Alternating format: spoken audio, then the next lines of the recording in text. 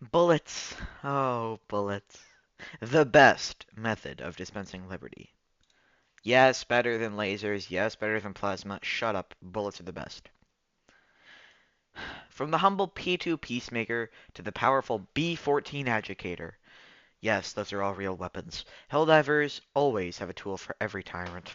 But sometimes these guns just can't dispense liberty fast enough.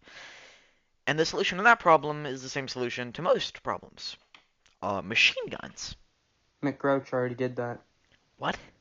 He already made a video about the machine guns. He posted that video in like February. It's been done before. You know, you really need to get some better ideas and not.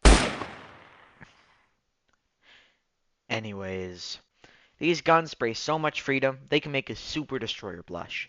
Whenever giving automatons a big ol' serving of freedom, machine guns bring the noise, the recoil, and the righteous rain of fire to put a walking hunk of steel right back to Cyberstan's graveyard.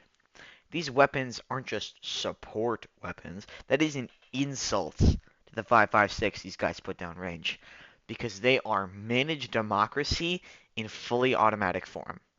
So buckle up, soldier, because this is the ultimate guide to machine guns.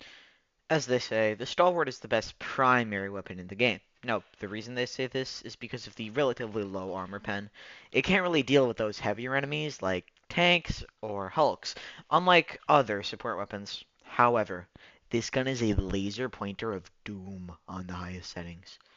If you set the stalwart to max fire rate and can hit weak spots, you will melt anything that gets in your way. However, this will jack up recoil past levels seen by mortal man. So when it's on high fire rates, it's best to fire in short bursts if you're taking on class 2 automatons and need to fire with precision, or use the stalwart on large groups of class 1 automatons, like troopers, where precision is as useful as a peacemaker. That is not useful at all, because, that gun is... You know what I'm trying to say.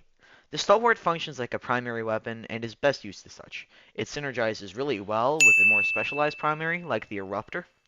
But this is just terrible with something like the Liberator, where they both fulfill the same role. So the stalwart ends up just gathering dust on your back.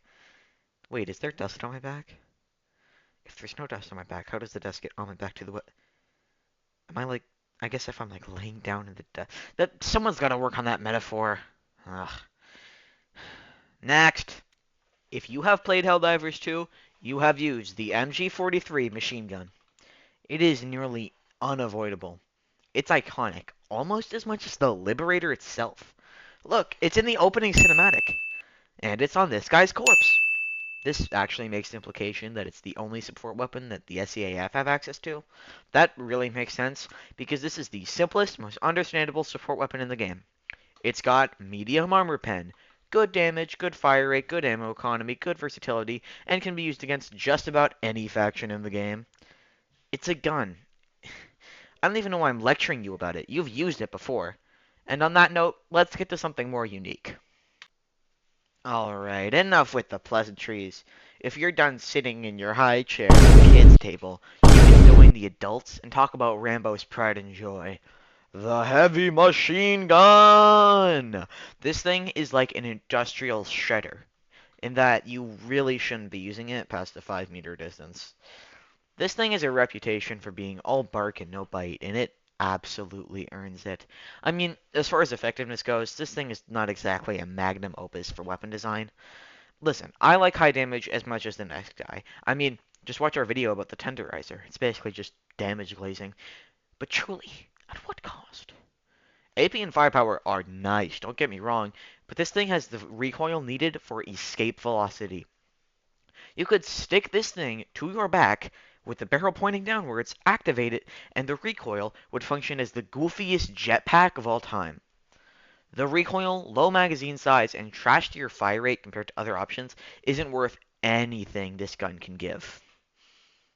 Well, I mean, except the aura. This thing isn't like any other thing you've seen before. Whoever wears it instantly gets a cool nickname of their choosing.